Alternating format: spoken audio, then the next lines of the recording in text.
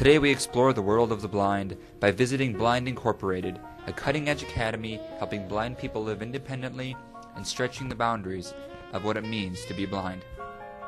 What can their teaching principles teach the world about the capabilities of the blind? You can write out on Braille. I can write,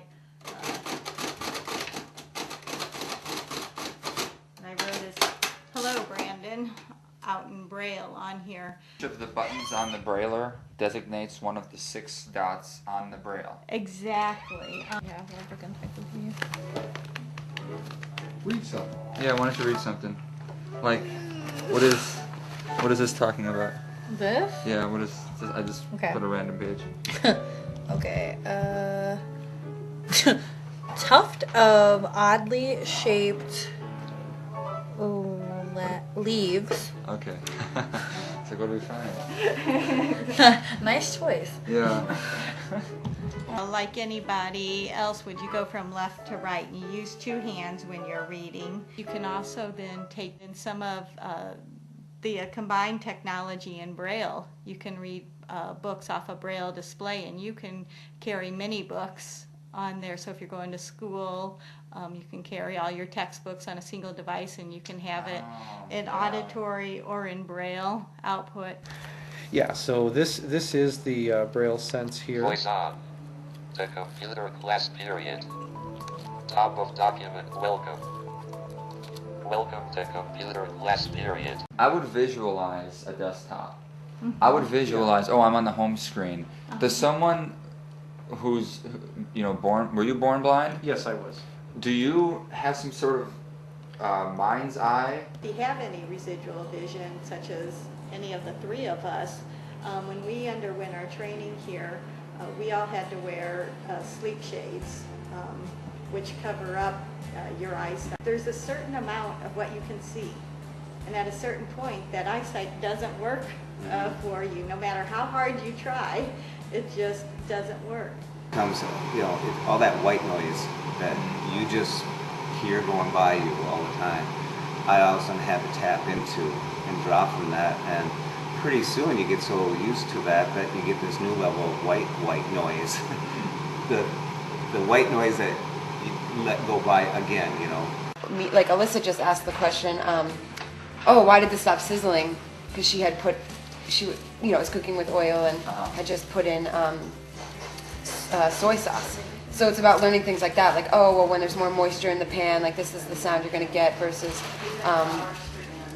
when you're cooking with oil versus butter versus like different, these are the sounds that you should expect, and these are sounds when you know something is wrong. What the student will point out to me is the traffic sounds so loud, and you're hearing all this flood of noise coming into your ears, and it's getting a student to pick out what noises are important in the environment. We listen to traffic. Okay. Traffic is our friend, actually. The only thing that changed was getting training. And when I went back to school, I graduated magna cum laude, and now I'm Minnesota Student of the Year. And that was the only change, was the training. And it made a huge, that was it. My name is Michelle Denise Michaels. I'm a graduate of Blind Incorporated, and I'm a singer. And Blind Incorporated is actually an acronym that stands for Blindness Learning in New Dimensions. What are those new dimensions? It's really the way that we teach, our philosophy and our teaching methods that we teach here, and really opening up the world to what blind people think that they can do. And most times they can do what they want to do. Do you think, would it be possible, would one of you guys be willing to cut a piece of wood? I can. Okay. Just go ahead and cut.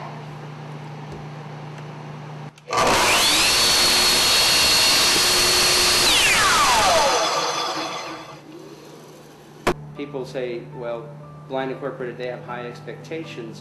And I say, well, we have the same expectations for a blind person as you would have for someone with some sight. That we have a belief in students. As students are going through the program, I think it's human nature that we all put limits upon ourselves, what we do, and so we're going to push people. I've never been someplace that I was required to do anything. If I was in a math class or something, the teacher was just happy that I showed up, and then they'd give you a grade for that. We believe the real problem of blindness isn't the lack of eyesight, it's the lack of information, about blindness. And we believe that with the proper training and the opportunity, the blind person can be successfully competitive along his or her sighted co-workers. We go on to believe that blindness can be reduced to a nuisance. One of the biggest philosophies is that, before you come here, blindness is really controlling your life. What decisions you make, what you're going to do, how you're going to live. And one of the goals is after training is that you're in control of your life, not blindness. The initiative, the drive, the productivity, the creativity shown to us here provides inspiration for all of us in knowing how to overcome our own challenges. It provides a motivation to choose to live rather than simply exist.